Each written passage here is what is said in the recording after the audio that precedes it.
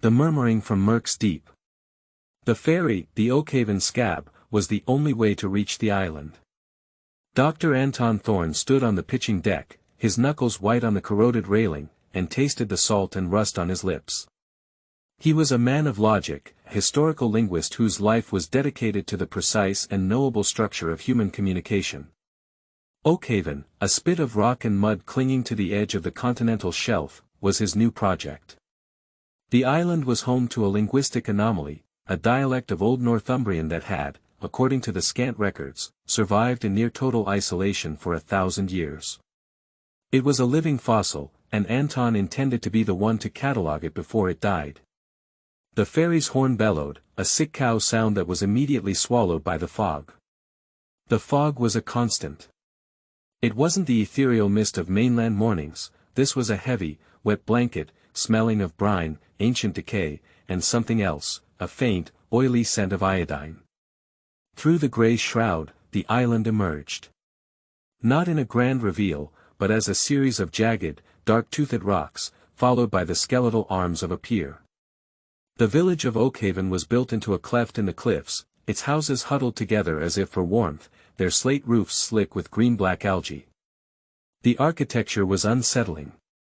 The lines were not quite straight, gables leaned at angles that defied conventional geometry, as though the carpenters had been perpetually drunk or working from a blueprint drawn by a shaking hand. The ferry docked with a percussive, splintering thud.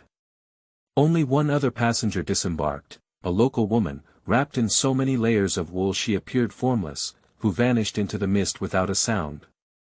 The ferryman, a gaunt figure with eyes the color of oxidized copper, simply pointed a gloved finger towards a sagging sign that read, "The Anchorites Rest.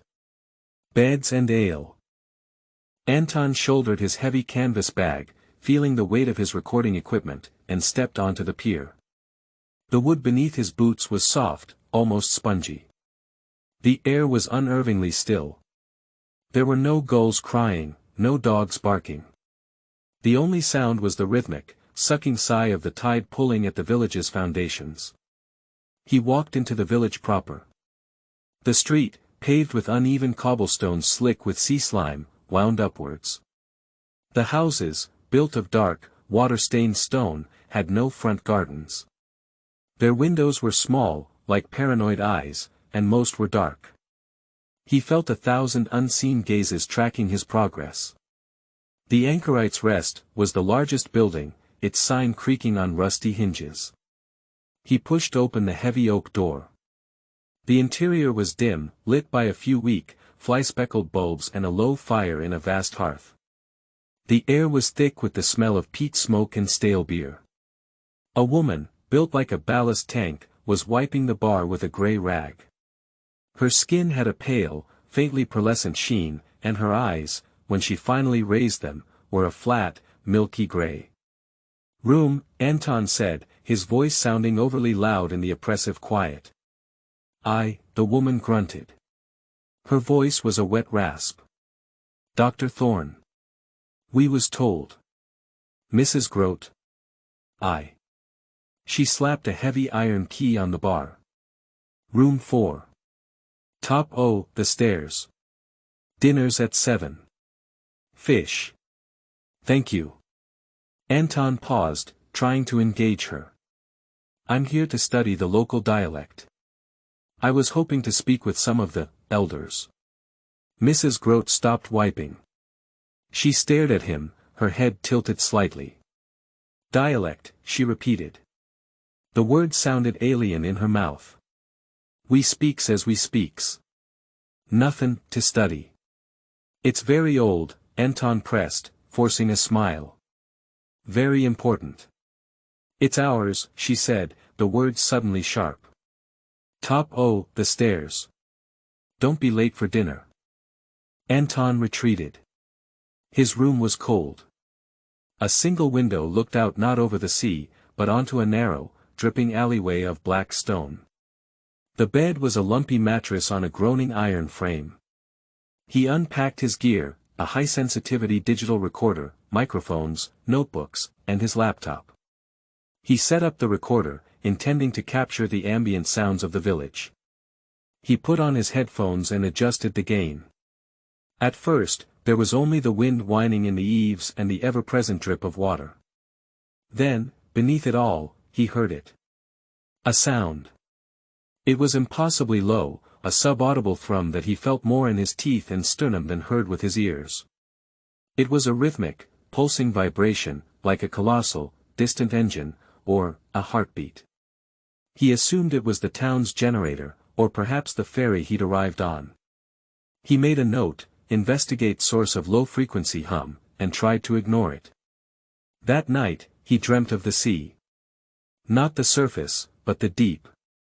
He was sinking in cold, black water, the pressure building against his chest, his eardrums. But he wasn't afraid. He was expected. And from the crushing, lightless abyss below, something vast and ancient stirred, pulsing with that same, steady thrum. Anton woke with a gasp, his skin clammy. The thrumming sound was still there, a persistent vibration in the very bones of the inn. He spent the next few days trying to work. It was a failure. The locals were evasive, bordering on hostile. When he approached them in the street or in the dim, smoky confines of the pub, they would fall silent. They would watch him with their wide, unblinking, milky gray eyes until he, unnerved, would retreat. He tried to engage them in conversation, but their speech was clipped, reluctant. And when they spoke to each in his presence, they did not use the dialect he had come to study. They used simple, modern English. It was a clear, unified message: you are not welcome here. Only one person spoke to him at length, an old man named Silas, who sat by the pier mending nets made of a strange, wiry black fiber. Silas was ancient, his face a roadmap of deep creases, his skin scaled and leathery from the sun and salt. "Yeri the word catcher," Silas rasped, not looking up from his work. "I'm a linguist, yes," Anton said, sitting on a damp barrel. "I'm here to record the Oakhaven dialect." Silas gave a wet, bubbling chuckle. "Dialect. You'll find it changes. That's what languages do, they evolve. But this one has been isolated."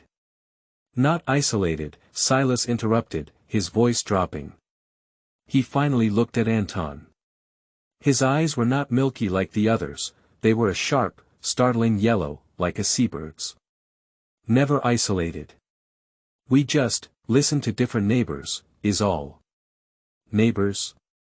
Silas pointed his mending needle not to the mainland, but straight down, at the churning, slate-gray water. "The deep." Before Anton could ask more, the old man turned away, a sudden, fearful glance back towards the village. "Best ye leave the word catchin' be. Some words ain't meant for dry land." Frustrated, Anton turned to his recordings. He left his high-sensitivity equipment running day and night, hoping to capture snippets of candid speech. When he reviewed the audio, his blood ran cold. He couldn't hear any conversations. The wind and the sea were there, but dominating every recording, far louder than it should have been, was the thrum. It was no longer a simple hum. It had grown in complexity. It was a layered, resonant, pulsating sound, a song. It had a structure, a repeating, hypnotic cadence that seemed to vibrate just at the edge of human perception. And woven into it were other noises, clicking, guttural tones, long, sighing reverberations that faded like echoes in a cavern. He spent a full day analyzing the waveform, filtering it, trying to isolate the source. It was coming from the sea.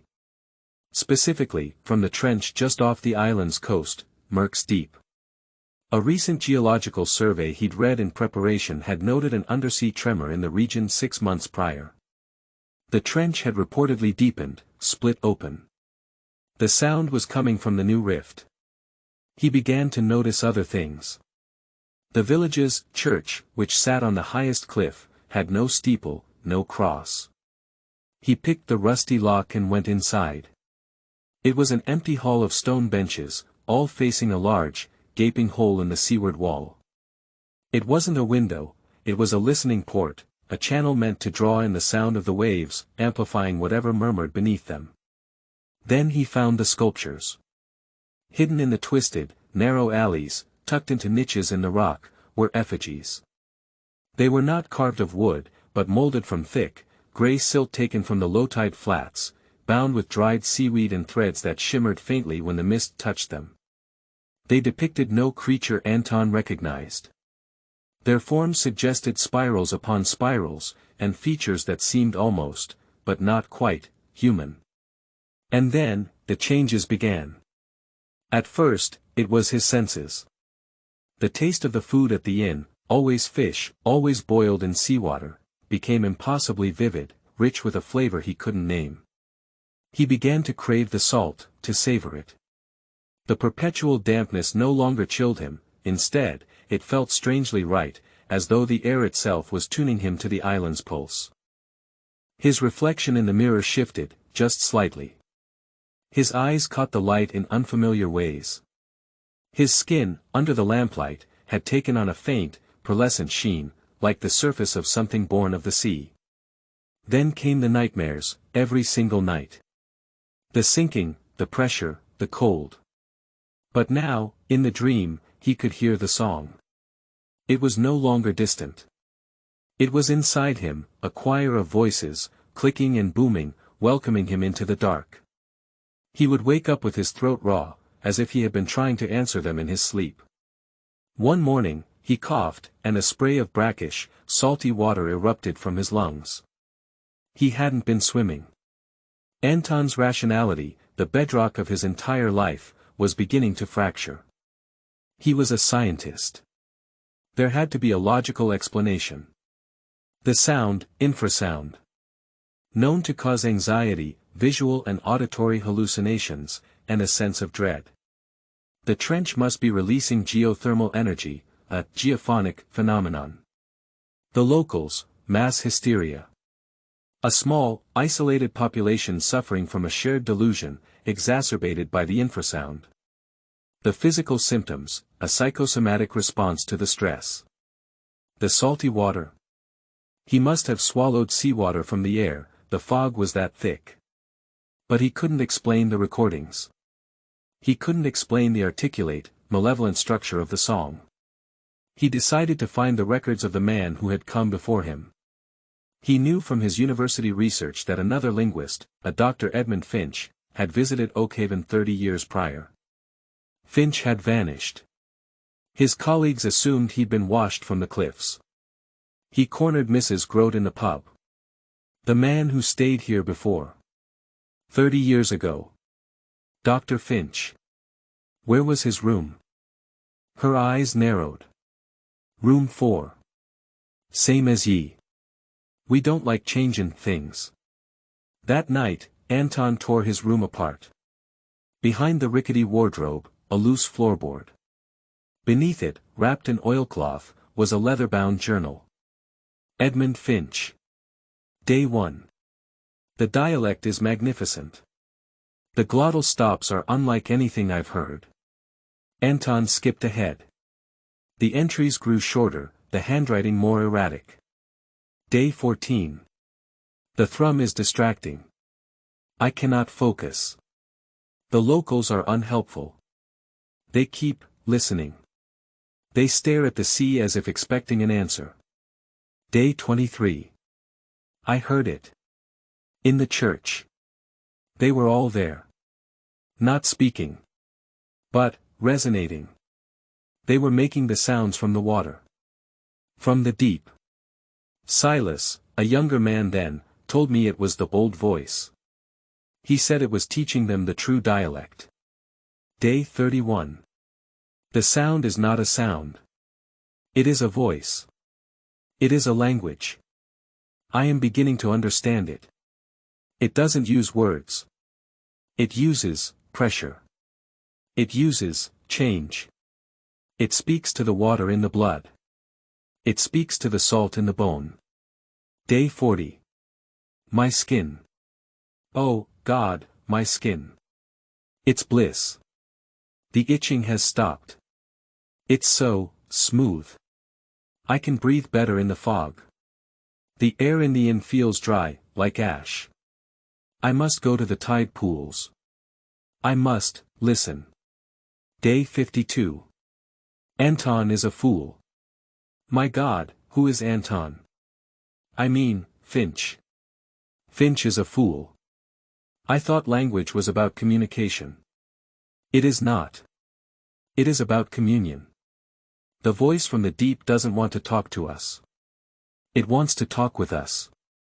It wants to make us, like it. It wants a choir. The final entry was a single, sprawling sentence, scribbled with such force it had torn the page. They are not sculptures. They are prayers. The silt is the first part of the change. The song is the second. The sea is the last. I understand the dialect now. It is a language of becoming. I am going to sing. I am going to the deep. Anton dropped the book. He scrambled to his recorder. He put on the headphones. He had been listening to the song for days, filtering it, analyzing it. But now, hearing it after reading Finch's journal, he understood. The clicks, the guttural moans, the deep, thrumming bass, it wasn't a single entity. It was a conversation.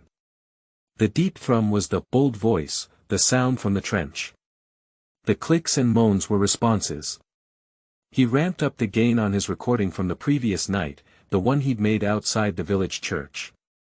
The locals were in there. And they were singing. Their voices, wet and guttural, were perfectly mimicking the secondary sounds from the trench. They were answering it. Old Silas. Mrs. Grote. All of them. Harmonizing with the abyss. Panic, cold and absolute, seized Anton. He had to leave. This was not linguistics. This was a contagion. A madness. He ran from his room, stumbling down the stairs. Mrs. Grote, he yelled, crashing into the pub. The room was full. Every villager. Silas, the ferryman, Mrs. Grote, and a dozen others he'd only seen as shadows. They were sitting in silence, perfectly still, on the benches. They were all facing him. The ferry, Anton panted. I need to. I have a family emergency. I need the ferry. Now. Mrs. Grote rose slowly.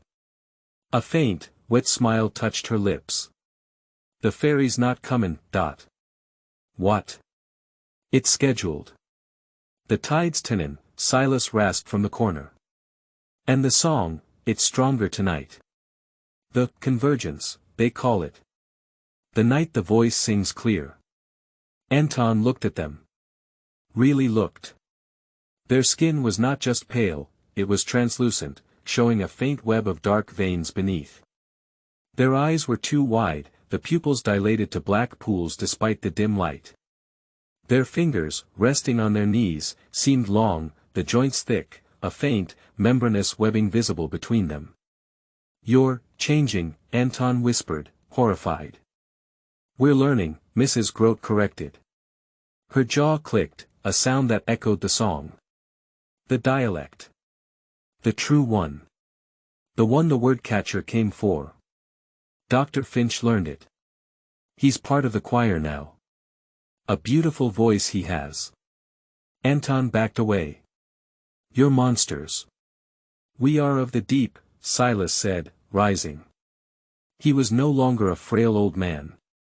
He stood tall, his shoulders unnaturally broad. And so are you, Dr. Thorne. You've been breathin' the fog.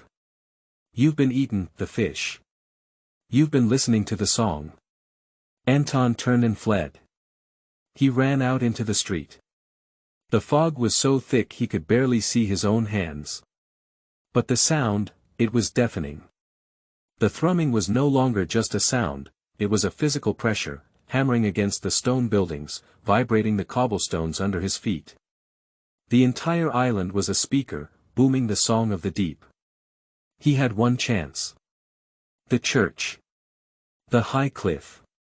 He could see the storm on the horizon. The radio tower for the Coast Guard was up there. It was his only hope. He scrambled up the slick, winding path to the cliff's edge.